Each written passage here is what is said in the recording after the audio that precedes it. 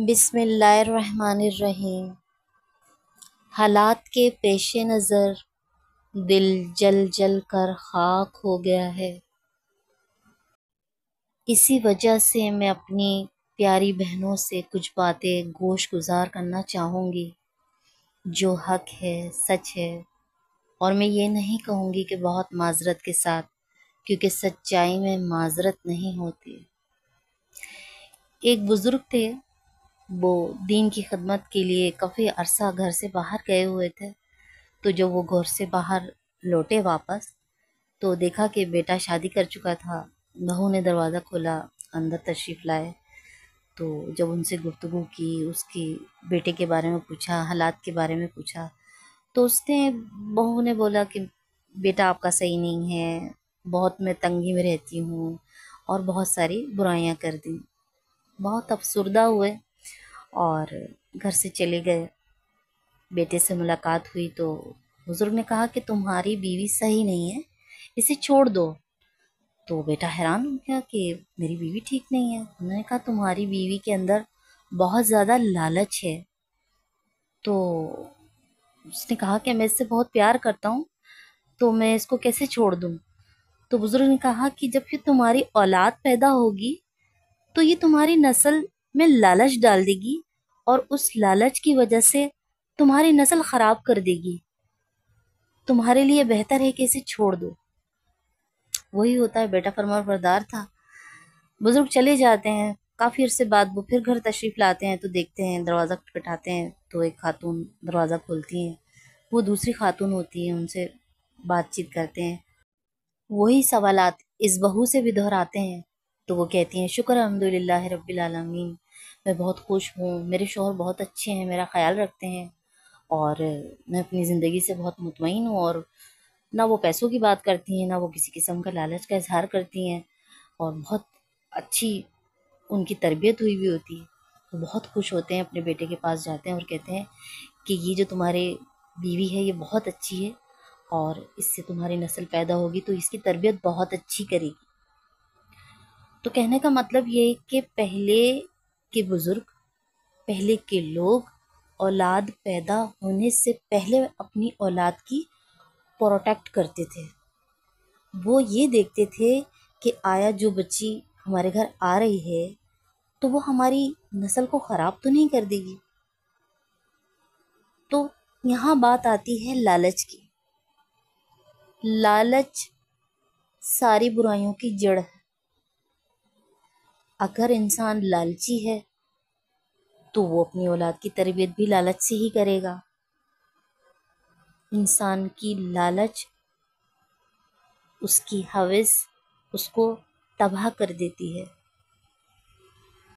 سب سے بڑی بات جو آپ سبھی کو ماشاءاللہ پتہ ہے، مجھ خاکسار سے زیادہ پتہ ہے، کہ جس دین میں ہم سروائیو کر رہے ہیں، چل رہے ہیں، اس دین میں ہمیں پانی کی ایک بوند کا بھی حساب دینا ہوگا، حساب دینا ہوگا۔ اور یہ جو اولاد ہے، یہ تو اللہ تعالیٰ کا بہت بڑا تحفہ ہے، اس کی پرورش کا تو حساب دینا ہی ہوگا۔ بچے تو ولی پیدا ہوتے ہیں، اللہ تعالیٰ تو انسان کو ولی پیدا کرتا ہے، اسے جھوٹ بولنا ہم سکھاتے ہیں، چلاکی کرنا ہم سکھاتے ہیں، پیسوں کا لالچ ہم ڈالتے ہیں۔ تو ماں تو ایک باؤنڈری لائن ہوتی ہے اپنی اولاد کے چاروں طرف۔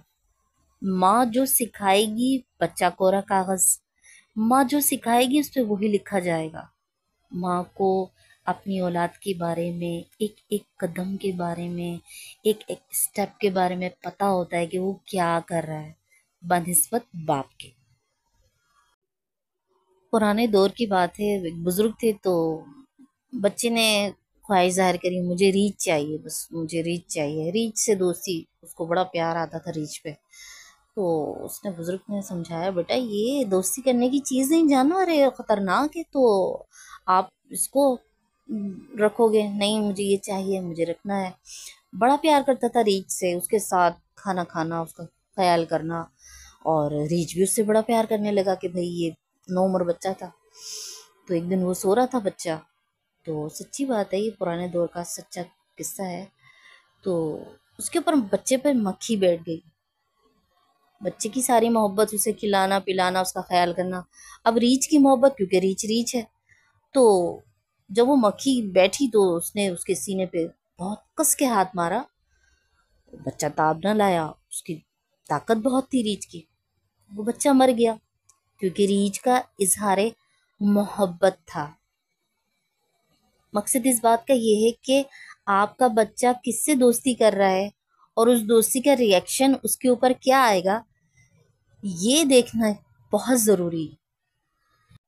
ہر کامیاب انسان کے پیچھے یہی کہا جاتا ہے کہ ایک عورت کا ہاتھ ہوتا ہے. عورت کون ہوتی ہے؟ عورت اس کی ماں ہوتی ہے. ماں کو سب سے پہلے پتہ چلتا ہے کہ اس کا بیٹا سگریٹ پینے لگا ہے. ماں کو سب سے پہلے پتہ چلتا ہے. ماں کپڑے دھوتی ہے، اس کا بیٹا جوان ہو گیا ہے. باپ کو نہیں پتہ ہوتا.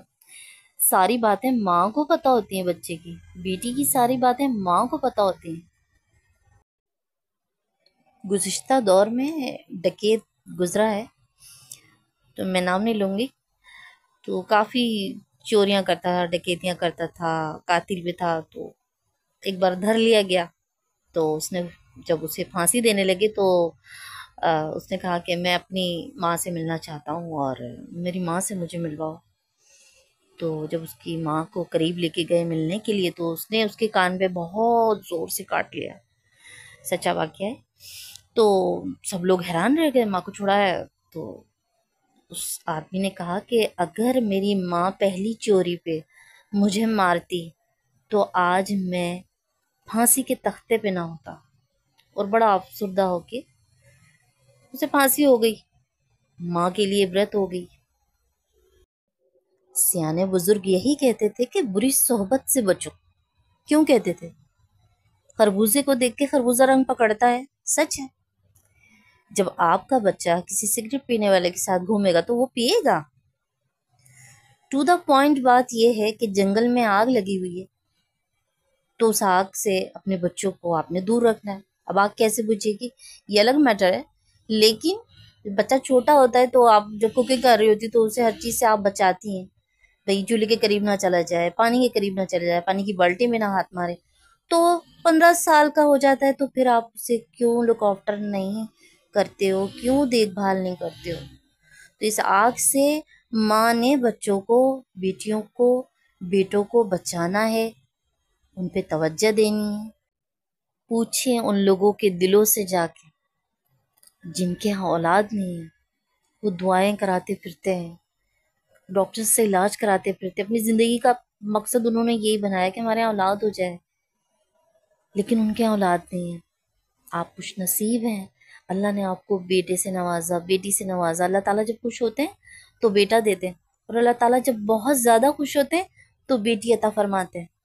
اور ان کی تربیت کا ہمیں حساب دینا ہے، ہر حال میں دینا پڑے گا.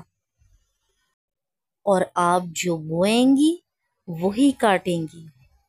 اللہ تعالیٰ ہم سب کے بچوں کی حفاظت فرمائے اور ہمیں ان کی نیک تربیت کرنے کی توفیق عطا فرمائے. صلو علی الحبیب صلی اللہ تعالی علی محمد.